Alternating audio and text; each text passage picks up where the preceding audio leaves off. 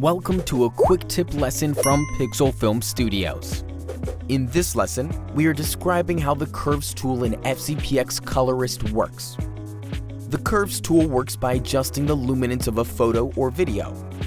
Luminance is the degree of light or darkness of a particular color. For example, let's take a look at these gradients that represent luminance.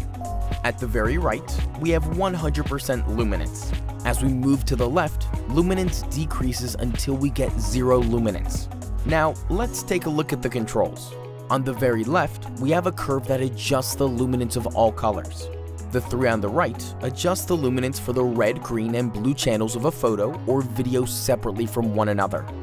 For all of the curves, the top right point represents maximum luminance. As we move down, luminance decreases until we hit the bottom point, which is zero luminance. On the bottom and left-hand side, we also have a representation of luminance. Now, let's move on to a live example. On the left, there is a gradient that represents the luminance of the scenic photo on the right.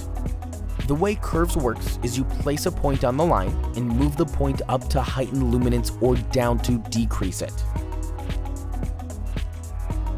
Let's start by finding the plugin in the effects library, applying it to the media, going to the inspector window, and opening up the Curves window. Let's place a point in the middle of the curve. As the curve goes up, the image gets lighter, and as the curve goes down, the image gets darker. Let's say you only want to adjust a small portion of the curve, such as the highlights. Place 3 points evenly separated on the top portion of the curve. As we adjust the top point, we see that only the highlights of our images get adjusted. To affect a larger or smaller portion of our highlights, move the points to allow more or less of the curve to be affected. You can also do this for midtones and shadows. If you would like to delete all of the points added to a particular curve, click the reset button on the bottom left. To delete a single point from the curve, hover your mouse over the point and right-click. To delete all of the points from every curve, click on the far right reset button.